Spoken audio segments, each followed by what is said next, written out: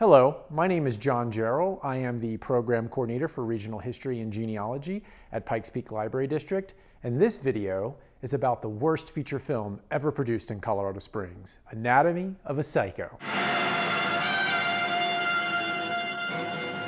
Anatomy was produced by the Alexander Film Company, which was, for many years, the largest producer of commercials in the United States. The company moved to Colorado Springs in 1928, 9 years after it was founded by brothers J. Don and Don M. Alexander in Spokane, Washington. At its peak, Alexander Films employed over 700 people and produced thousands of commercials on its 25-acre lot near the intersection of North Nevada and Fillmore. Before we get into criticizing Anatomy of a Psycho, it's important to remember just how successful Alexander Films was. It was one of Colorado Springs' largest employers, and it produced award-winning commercials for some of the nation's largest companies. In a class of its own, it stands alone. Chevrolet for 1964.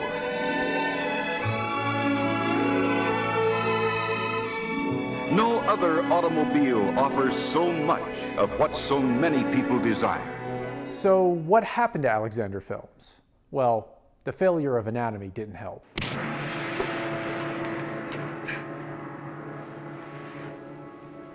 But the company's turning point came in 1955 with the death of J. Don, leaving the company in the hands of the more introverted brother Don Miller.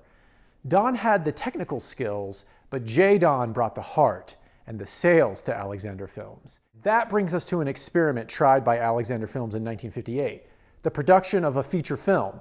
And why not? They had the sets, they had the talent, they had the connections, and they had been producing what were essentially miniature films for decades.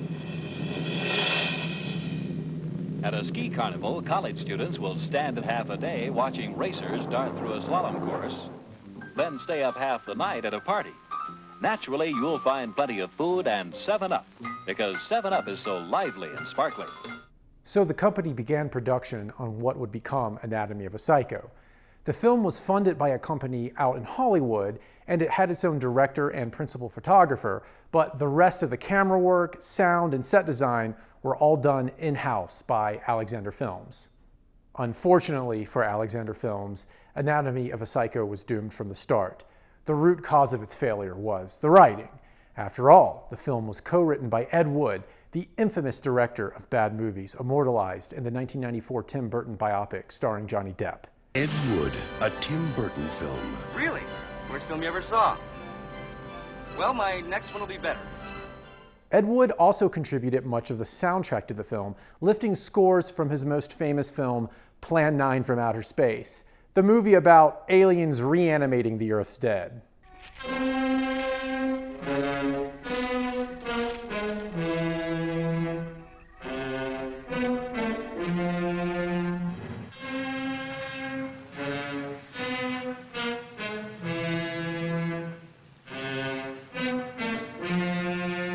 Even the name of the film reminds us of Ed Wood's exploitative approach to filmmaking.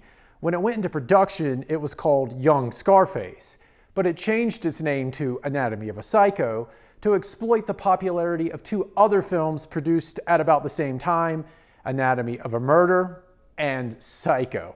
This makes the scene where Chet receives the titular scar, which already had nothing to do with the rest of the film, feel especially pointless.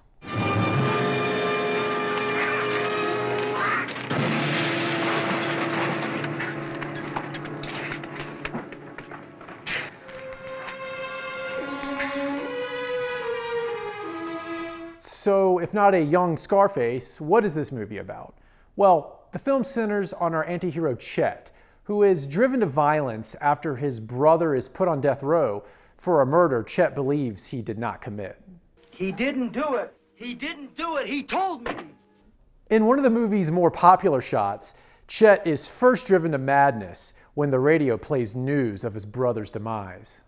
As the state prepares to exact the extreme penalty for an act of murder, this reporter has cause to reflect on the crime and the criminal.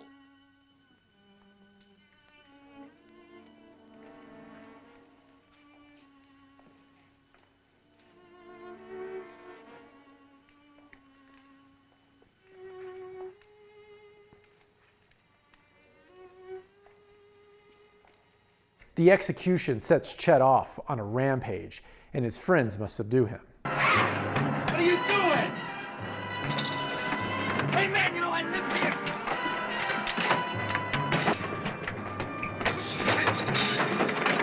Danny! Danny! The movie then takes its first turn toward the nonsensical when Chet's friends agree to help him enact violent revenge on those Chet believes are responsible for the death of his brother, even though we know that they don't believe in the brother's innocence.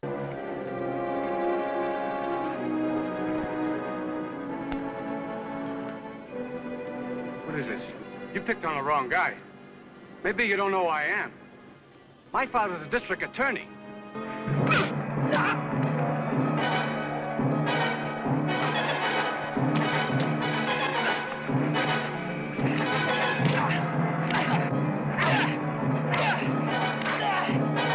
Chet's rampage gets more out of control as the film progresses. He eventually seduces the girlfriend of the judge's son, fights that son, and then burns the judge's house down. No, Chet, you would not hear. Why not? I'm sure Arthur won't mind. Sandra? Arthur, let me explain, please. What's troubling you, Arthur boy? I'm gonna kill you. Yeah? No, Arthur! Arthur, don't, please. Please don't fight with him. Chet! Arthur! Arthur, please, please let me...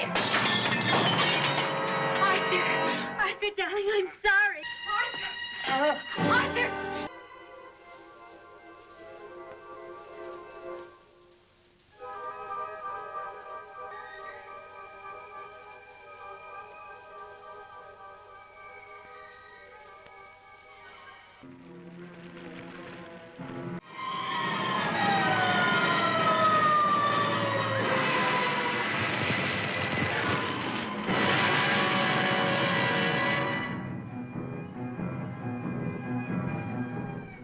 In the style of Hollywood films from the era, a police officer named Lieutenant Mack is on to Chet from the very beginning.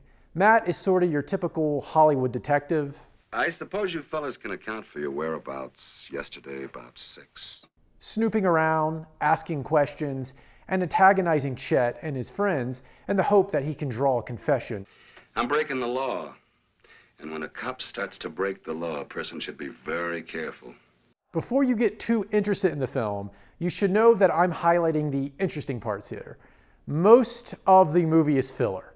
For example, the subplot involving Chet's seduction of Judy, the judge's son's girlfriend, is just a couple of scenes of standard dialogue and blocking that you would expect from a love interest in a cheap Hollywood film. It's my mother. She says I shouldn't. Never mind what your mother says, baby. What do you say? I feel the same way.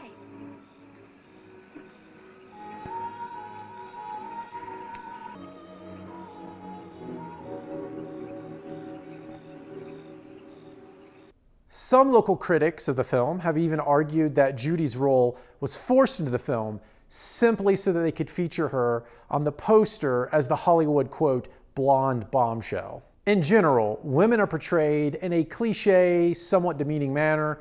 Take, for example, this shot when Chet's sister collapses on the floor after Chet refuses to accept that their brother did in fact commit the murder. Not tonight. Please. Daddy, let me out. No, Chet, please. Please, Daddy. Please, please.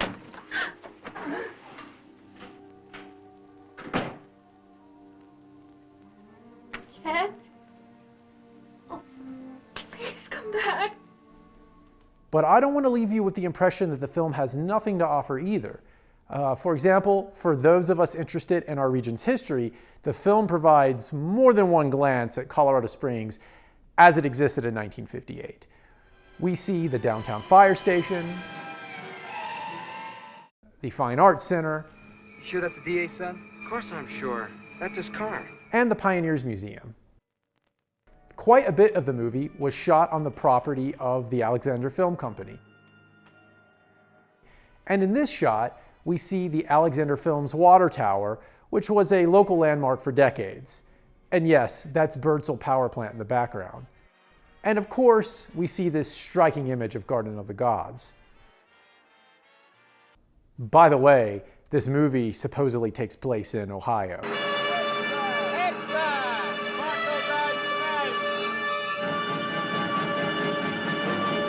Anyway, the film has, in my view, an interesting climax to Chet's crime spree. Chet's best friend Mickey, played by Ronnie Burns, the son of comedians George Burns and Gracie Allen, admits to Chet that it was his father who testified as the key eyewitness in the trial that led to the execution of Chet's brother. Look, listen to me, Chet. I've got to tell you something, and it's going to hurt. This, unsurprisingly, drives Chet to violence. Duke, did you hear that?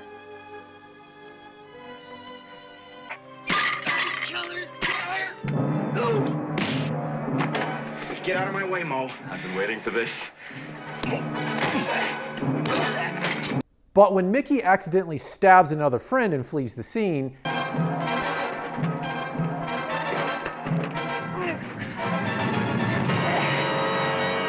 Chet takes the opportunity to frame Mickey for murder by murdering the friend himself. In this case, I think the movie lives up to its name. Everything's gonna be all right. Help me, Chet. No. Don't pull the knife out, or I'll bleed to death. Get a doctor.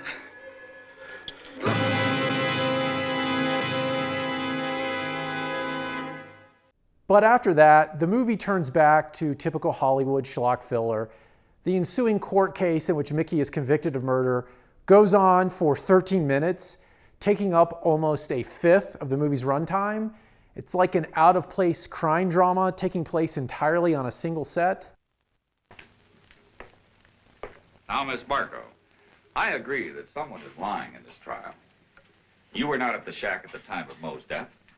Consequently, you, like the rest of us, can determine only in your own mind the events of that evening through the testimony presented in this trial. I won't talk a lot about it here, but it really does go on and on and on.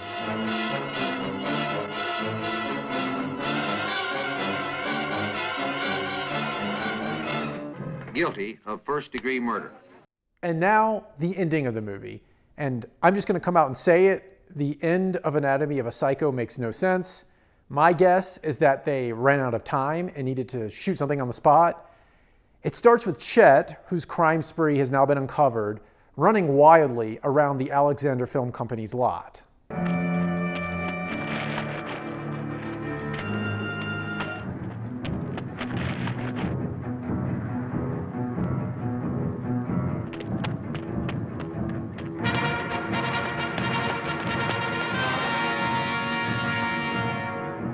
And then, for some unexplained reason that's supposed to build tension, he decides to climb the Alexander Films water tower.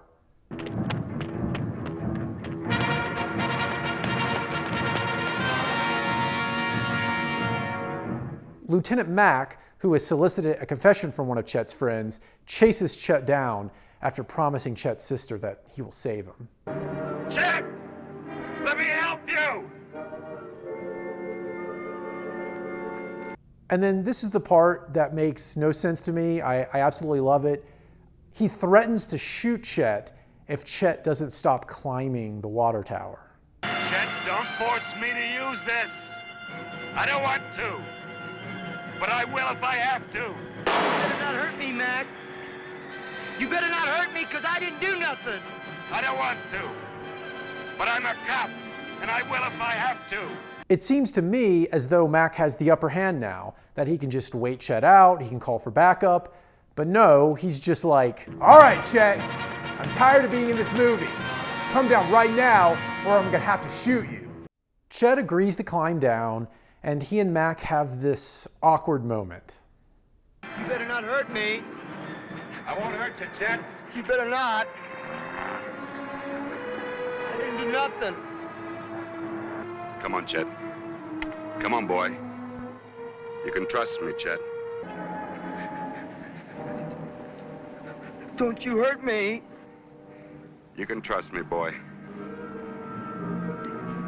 I'm not gonna hurt you, see? You better not hurt me. No, I won't. Let's go.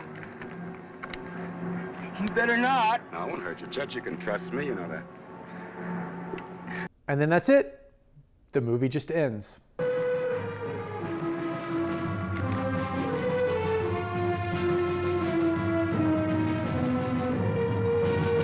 I think it goes without saying that the movie was not a hit at the box office. Because it's relatively obscure, it's difficult to say exactly how well it did, but scanning through newspaper archives show that it did have a national release. I don't want to exaggerate the role that the movie played in Alexander Film's downfall. After all, the company focused on making commercials, and the archives don't have any evidence that the movie was a major event for the people who worked there. The question remains, did Alexander Film have the ability to produce feature-length films? Here I've argued that it was the writing and direction that ultimately doomed the film, but there were some signs that the company's sets were not quite up to the task. You can see, for example, the brick wall move when Chet throws someone against it. But looking at the film overall, it's safe to say that the company could produce feature-length films of some quality. It would stand to reason then that a better movie could have provided new opportunities for the company. In reality, Alexander Films slowly declined in the years after Anatomy's release. By 1968, the company ceased all production and converted to film processing. By 1987, Alexander Films moved off the lot altogether, and the property became training grounds for the Colorado Springs Police Department. All right, guys, no, trust me, I saw it in the plot. All right, Chet, come down from there right now. The company managed to hang on in a much smaller form until 2012, when it finally went out of business. But there was a time when the Alexander Film Company was on top, when it was the largest producer of commercials in the United States, when visitors would flock to its lot to take a tour of its production studios.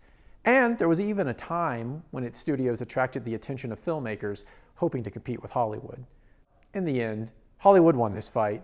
Today, even television commercials are produced in LA, not Colorado Springs. And all that is left of Alexander Films now is a few buildings, a story of enormous success, and Anatomy of a Psycho.